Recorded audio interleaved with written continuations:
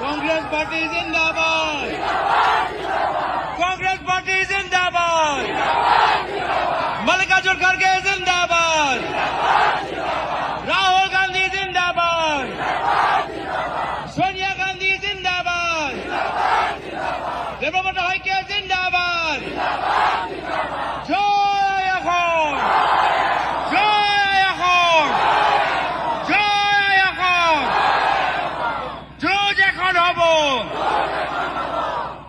ইয়াত উপস্থিত থকা বিধায়িনী দলৰ দলপতি দেৱব্ৰত শইকীয়া ডাঙৰীয়া, নিখিল ভাৰত কংগ্ৰেছৰ সম্পাদক বিকাশ উপাধ্যায় ডাঙৰীয়া, জিলা কংগ্ৰেছৰ সভাপতি অজয় গগৈ ডাঙৰীয়া, আমাৰ দলৰ সতীৰ্থসকল, মই বিশেষ দীঘলীয়া ক'বলৈ বিচৰা নাই। মোৰ ফালৰ পৰা এটাহে অনুৰোধ, শিৱসাগৰ জিলাৰ ভিতৰত 3টা সমষ্টিত আমি বিৰোধী দল ঐক্যবদ্ধভাৱে জিকিব লাগিব।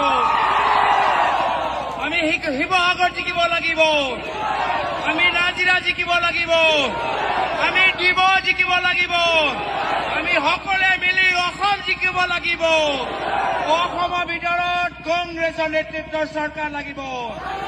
এই নতুন বৰ অসম আমি সকলোৱে মিলি আমি জন্ম দিম, আৰু এই নতুন বৰ অসমত জন্ম সেইদিনা হ'ব যেতিয়া আমি সকলোৱে মিলি জুলি হিমন্ত বিশ্ব শৰ্মা ডাঙৰীয়া মুখ্যমন্ত্ৰী আসনৰ পৰা আঁতৰাম।